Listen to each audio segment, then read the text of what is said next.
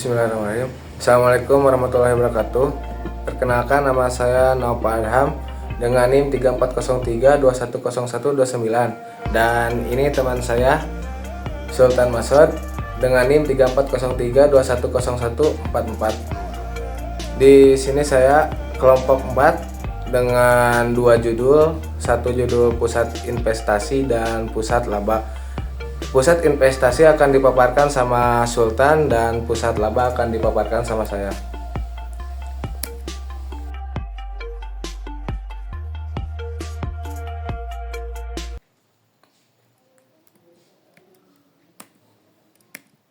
Pengertian pusat laba.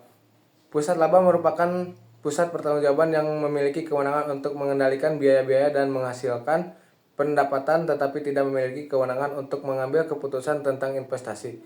Pusat laba hanya bertanggung jawab terhadap tingkat laba yang harus dicapai. Misalnya pimpinan anak perusahaan untuk manajer divisi yang tidak diberi hak untuk mengambil keputusan tentang investasi.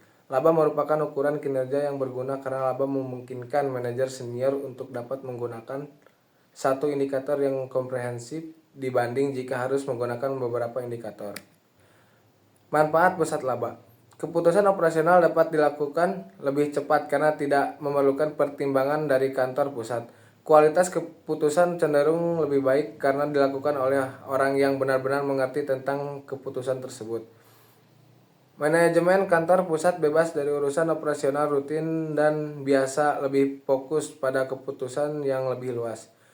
Kesadaran laba lebih meningkat pada manajer pusat laba karena ukuran prestasinya adalah laba. Pengukuran prestasi pusat laba lebih luas daripada hanya pengukuran pada pusat pendapatan dan pusat biaya yang terpisah. Lanjut, kelemahan pusat laba. Manajemen kantor pusat kehilangan kendali mengenai keputusan yang telah didelegasikan. Manajer pusat laba cenderung hanya memperhatikan laba jangka pendek. Organisasi yang pada awalnya bekerja sama antara fungsi satu dengan lainnya menjadi saling bersaing. Terdapat kemungkinan peningkatan perbedaan pendapat dalam pengambilan keputusan yang dapat menimbulkan pertentangan antar pusat pertanggungjawaban. Tidak ada yang menjamin bahwa divisionalisasi pada masing-masing pusat laba akan menjamin peningkatan laba perusahaan menjadi lebih optimal. Bentuk-bentuk pusat laba. Unit bisnis sebagai pusat laba, manajernya bertanggung jawab dan mempunyai kebijakan serta kendali terhadap pengembangan produk, proses produksi dan pemasaran, serta perolehan produk sehingga ia dapat mempengaruhi pendapat dan biaya yang berakibat terhadap laba bersihnya. Proses tersebut menciptakan unit usaha yang bertanggung jawab terhadap manufaktur dan pemasaran suatu produk. Unit-unit fungsional sebagai pusat laba pada perusahaan multibisnis seperti unit diperlakukan sebagai penghasil laba yang independen tetapi bisa saja terorganisasi dalam bentuk fungsional, misalnya pemasaran, manufaktur, dan jasa. Kesimpulan, pusat laba adalah pusat pertanggungjawaban yang prestasi manajernya diukur berdasarkan laba selisih antara pendapatan dan beban yang diperoleh. Pusat laba dapat dibentuk dengan struktur divisionalisasi yang kemungkinan unit utama bertanggung jawab terhadap produksi dan pemasaran sekaligus. Pusat laba dibentuk dengan keputusan ekspansi dan revenue trade off. Keputusan ini ditentukan dengan dua kondisi, yaitu manajer memiliki akses ke informasi yang relevan dalam membuat keputusan dan terdapat ukuran efektivitas dan trade-off yang dibuat manajer.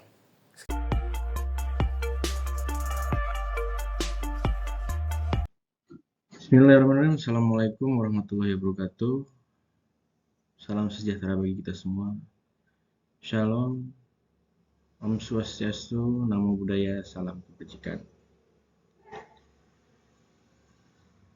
Pertama-tama marilah kita panjatkan puja dan puji syukur kepada Yang Maha Kuasa yang telah memberikan rahmat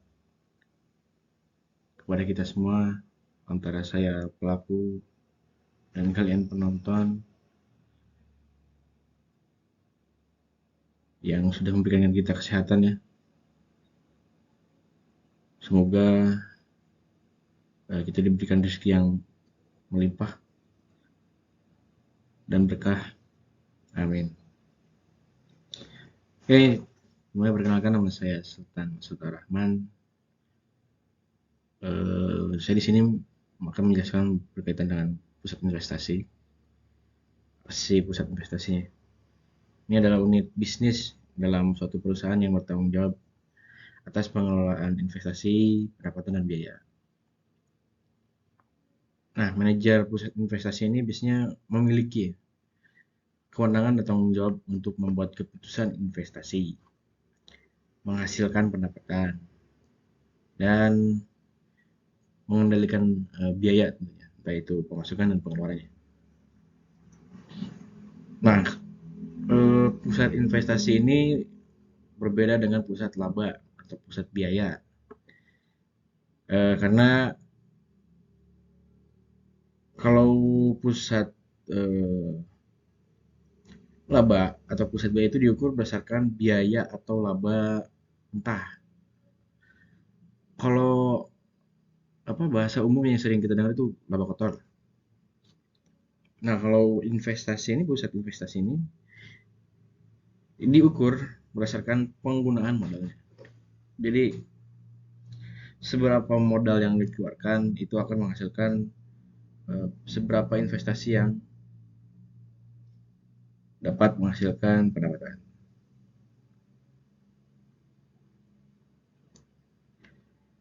Lalu, apa sih fungsinya dari pusat investasi ini?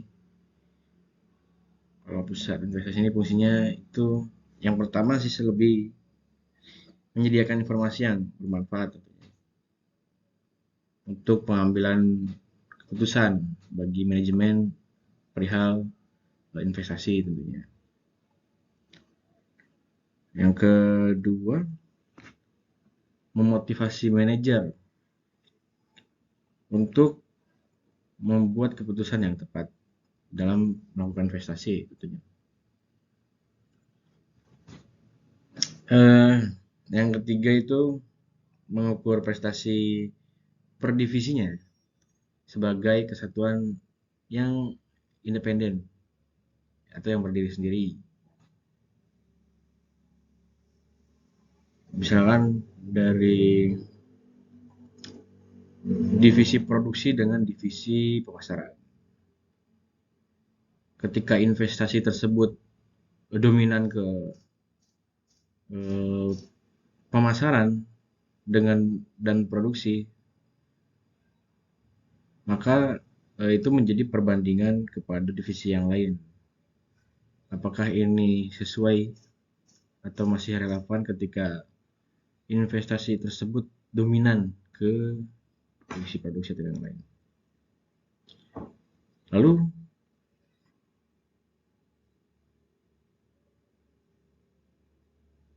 kinerja pusat investasi ini diukur dengan menghitung laba juga yang diperoleh dengan investasinya. Bahasa Inggrisnya itu investment base. Nah, ini perhitungannya yang sering anak akuntansi pahami. Sering disebut dengan ROI kalau Indonesia atau return on investment. Berbeda ya antara pusat investasi swasta dengan pemerintah. Kalau pusat investasi pemerintah itu adalah salah satu satuan kerja ya di bawah Kementerian Keuangan yang menerapkan pola keuangan Badan Layanan Umum.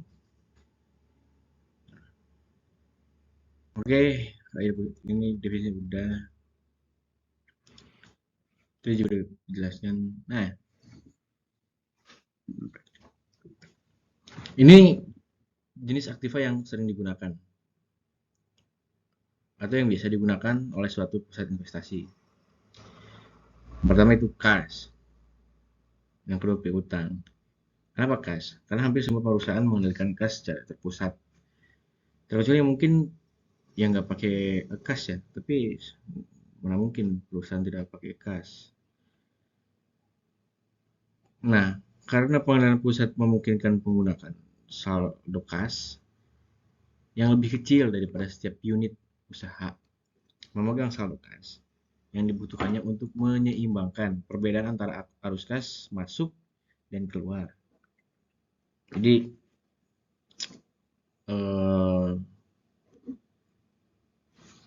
for the balance antara perbedaan kas masuk dan kas keluar. Jadi ini sebagai acuan untuk Pak Manajer nantinya membuat keputusan. Lalu yang kedua adalah piutang. Nah, kalau piutang ini si manajer itu bisa mempengaruhi lah tingkat piutang itu secara tidak langsung. Ya dengan kemampuan mereka untuk menghasilkan penjualan kalau secara tidak langsungnya. Tapi untuk secara langsungnya melalui penetapan persyaratan kredit atau persetujuan atas kredit individual dan pasti ada batas kreditnya serta melalui wewenang mereka dalam menagih kredit yang telah jatuh tempo. Dan yang ketiga adalah modal kerja secara umum. Nah, kalau metode ini perusahaan tuh masukin semua aktiva lancar ke dalam dasar investasi tanpa ya, mengeliminasi kewajiban lancarnya.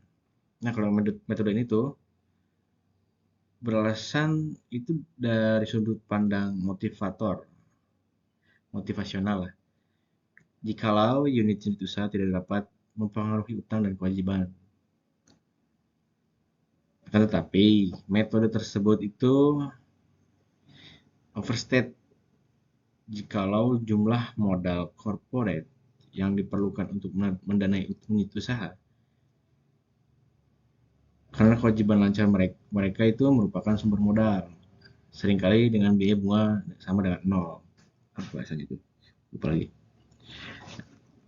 Yang keempat itu ada properti pabrik dan peralatan. Kalau dalam akuntansi keuangan itu aktiva tetap awalnya dicatat pada biaya perolehan. Dan biaya ini dihapuskan sepanjang umur ekonomis aktiva melalui penyusutan. Hampir semua perusahaan menggunakan pendekatan yang sama dalam mengukur profit atas dasar aktiva dari unit usaha. Kebanyakan lah ya. Hampir semua. Yang kelima, nilai buku kotor. Fluktuasi dalam EV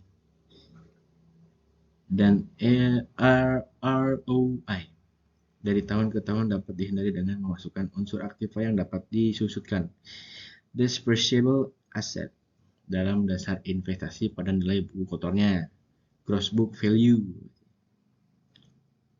dan bukan net book value. Nah, kedua angka ini menandakan bahwa probabilitas unit usaha tersebut menurun, yang pada kenyataannya is not true. Ya, ini biasanya yang aset yang selalu digunakan ya, kayak BPKB motor kan. Beberapa jenis aset yang bisa gunakan itu yang pertama yang sering ya, aktiva yang menganggur. Karena ya saudara pahami juga lah bahwa orang yang nganggur itu pun lebih baik. Kadang yang orang yang nganggur tidak berguna itu. Seperti itulah. Nah, jika satu unit usaha memiliki aktiva yang menganggur, idle asset lah bisa disebut. Idle asset. Ini tapi ketika suatu ada aktiva yang menganggur dari divisi lain, tapi berguna untuk divisi yang lainnya. Nah, maka unit usaha yang tersebut yang merasa ini bahwa barang ini kayaknya lebih cocok ataupun daripada di sana nganggur lebih baik ke sini. Nah, itu biasanya dapat diperbolehkan untuk mengeluarkan aktiva tersebut dari dasar investasinya. Yang pastinya tujuan ini biar mendorong para manajer unit usaha guna melepas aktiva menganggur ke yang lain mungkin. Mungkin hal lain yang dituju daripada pemindahan atau sewa guna. Usahakan, apalagi kalau bukan ke profit, efektif dan efisien dalam pengelolaan keuangan serta SDM. Nah, yang kedua itu aktiva yang nggak berwujud. Ini biasanya sebagai investasi jangka panjang sebenarnya. Nah, manajer unit itu akan mendapatkan manfaat jangka pendek yang lebih sedikit dari pengurangan pengeluaran pos tersebut.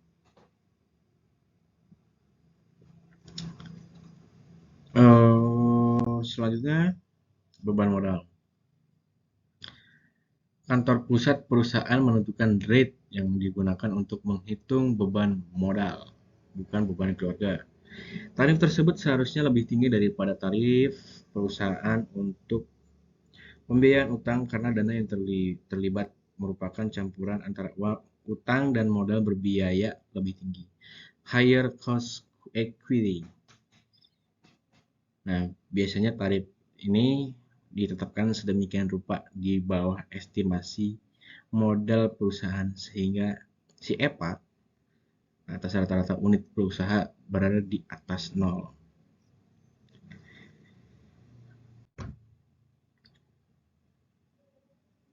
Kayaknya ini eh, perlu sedikit saya jelaskan. Cuma dibacakan doang sih, bukan dijelaskan. Nah, dua metode ini tuh yang menghubungkan laba dengan dasar investasi.